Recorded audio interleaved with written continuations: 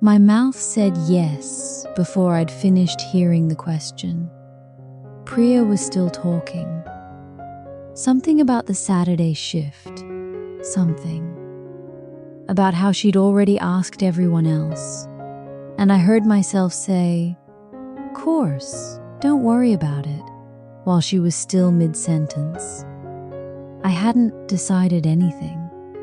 My mouth had just gone ahead without me. I stood in the break room holding my coffee, replaying it. I didn't have plans that Saturday. That wasn't the problem. The problem was I couldn't. Remember the last time someone asked me for something and there was an actual gap? A pause? A beat where I weighed it before I answered? I used to think that was called being helpful. For years, I was the person people came to first because I was the safe bet.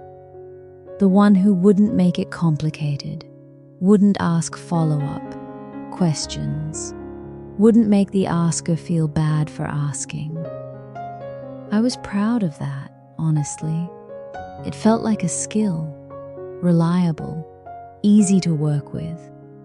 What I didn't notice was the shape it was taking underneath. Every yes was small on its own. A shift here, a ride to the airport, reading someone's resignation letter at 11 at night because they wanted feedback before tomorrow. None of it was a big ask. That was exactly the trick. Nothing was ever big enough to say no to, and it added up anyway. The Saturday shift wasn't really about the Saturday shift.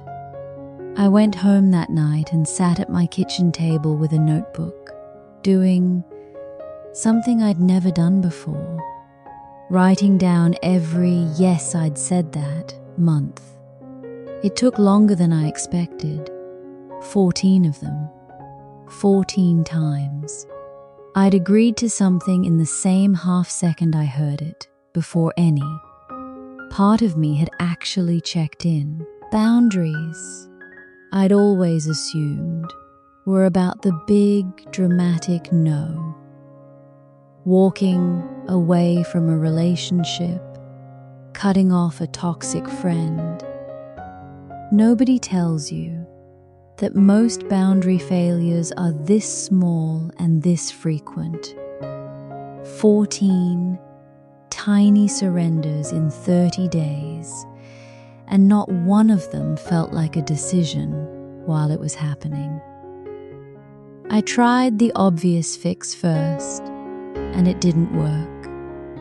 I told myself, just say no more. I lasted 4 days.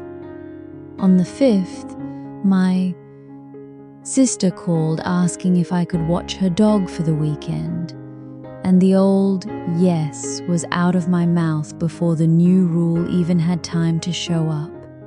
It wasn't a willpower problem.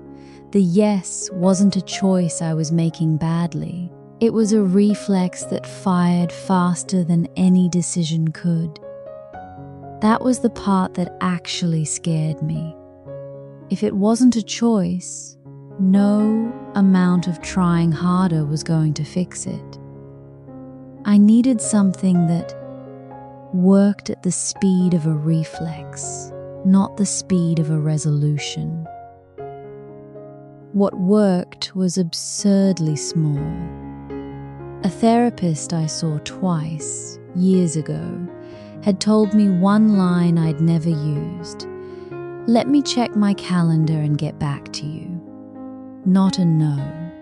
Not even a maybe. Just a sentence that bought me the one thing the reflex had never allowed. A gap. 20 minutes, sometimes a day, between hearing a request and answering it. The first time I actually used it, my manager asking me to take on a project that wasn't mine. I felt almost dizzy saying it out loud. It felt rude in a way that saying yes never had. But 20 minutes later, sitting with the question instead of reacting to it, I realized I didn't want the project. I would have said yes anyway, out of the same reflex, if I hadn't bought myself the gap first. Boundaries turned out to be less about saying no and more about buying. Time to find out what I actually wanted.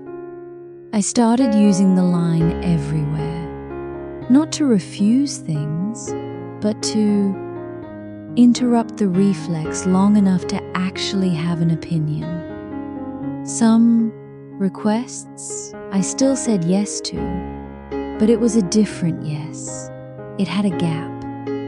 In front of it now, a half second where I'd actually been there for the decision instead of just hosting it. Priya asked me to cover another Saturday a few weeks later.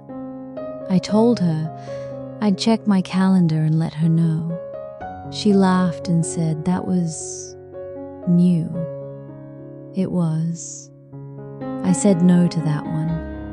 The first clean no I'd given anyone in longer than I could remember, and nothing bad happened. She just asked someone else.